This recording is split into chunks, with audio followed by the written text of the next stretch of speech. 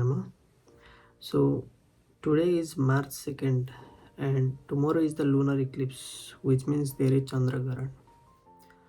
So there are so many questions that one can think that can we do our sadhana during the Chandra Grahan, or what are the things that we can do to protect ourselves during the entire Chandra Grahan period. So in this video I'll be telling you about everything about your sadhana practices also, or about in general how you can protect yourself, how you can protect your energies, so that it will not disrupt your emotions and you will have all the senses as the way you want. So if you have to understand the Chandra Grahan in a spiritual term, I will frame it as a way it is a time for your inner growth and a spiritual transformation. It is the best time. And you know that Chandra is related to our emotions, it is related to our thoughts, our memories, and the subconscious patterns that our mind holds. And anything that is related to subconscious mind is related to our higher self, is related to the beings that are above that the human brain can fathom. So there are few things that one should take care of during this entire Chandra Grahan process. So it might be different according to the countries, at which countries you are, and if you are based on certain countries, then you can simply Google it when is the Chandra Grahan or lunar eclipse, and you can simply look that. And the things about the things that I'll be speaking about is the things that you take care during your sadhanas, and if you are a normal upasaka also, what are the things that you can do. So before doing your sadhanas, you should understand one thing, that this Chandra Grahan will bring up some of your hidden emotions. There are so many emotions that are buried inside you, but this Chandra Grahan will bring you out of that. And all those karmic things that you have already done, that you are bound to suffer, that you are bound to face, those karmic things will also pop up.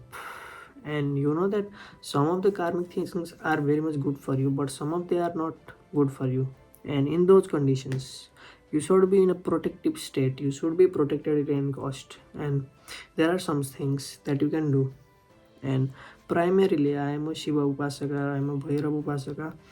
So I'll be framing every word based on the things that I have experienced, that I have done, and the things that you can do in terms of Vairava. So if you follow any other deities like Lord Vishnu, Lord Krishna, Ma Kali, then there are different things that you can do, but my channel is primarily based on Lord Vairava, Lord Shiva.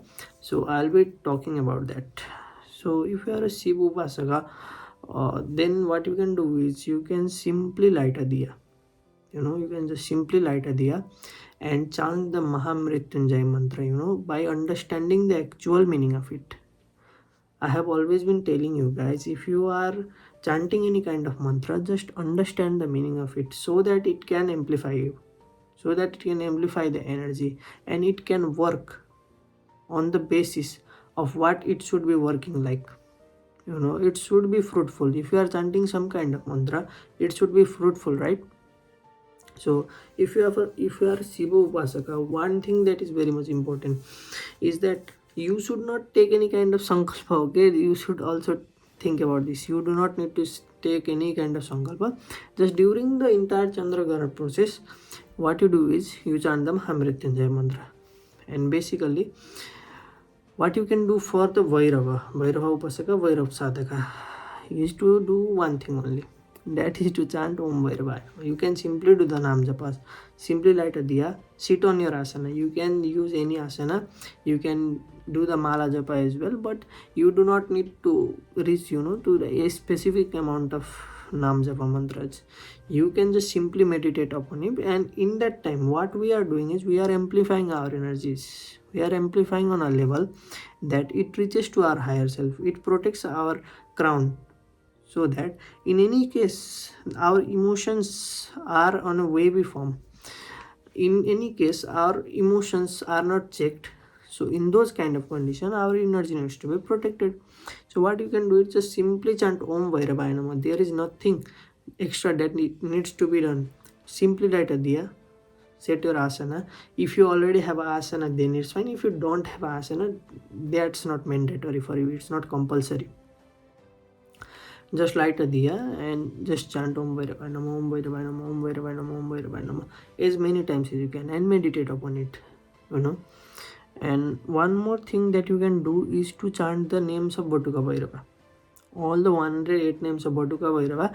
If you chant those names of Batuka Bhairava, he will protect you. The energy of protection can be easily achieved from Lord Bhairava, you know, because the chanting, I have been telling so many times also, the 108 names of Batuka Bhairava is very much powerful for you, because it generates a energy. It generates a energy in yourself where the all forms of Lord Bhairava will be working together to protect you. So you should do these two kind of things.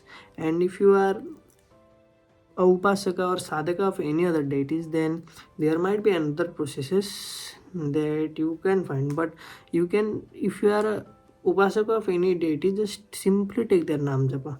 You don't need to do anything extra. Just light a diya and do the nam japa only.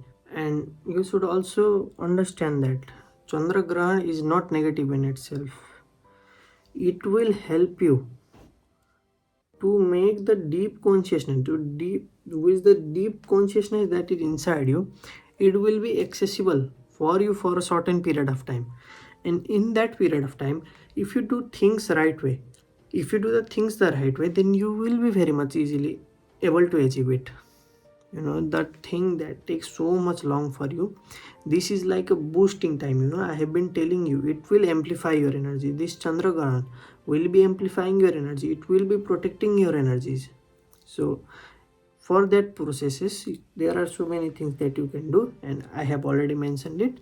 So one thing that you should also take care is to take care of your emotions. You know, don't do any kind of stuffs that will disturb your emotions. And eating the food before and after Chandra Grahan is fine, but during the Chandra Grahan process, the entire time the Chandra Grahan is happening, do not intake any kind of food and do not sleep also, because it is not considered auspicious. So in that meantime, the things that you can do is to meditate, is to do mantra japas, and just be calm and focus on your breathings, and nothing else can be done. It is just necessary to protect your emotions, and everything else is the same. And all the karmic ties related to you also disappear. Like, it will not fully disappear, but it can be put on hold by your mantra japas and meditations.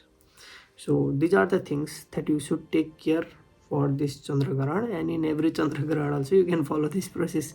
It's very standard process. There is nothing more to overthink. So this was for today. If this video has helped you in any way, don't forget to drop a like and subscribe.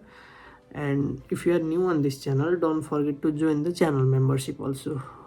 So this was for today, and Om Bhairavaya Namah.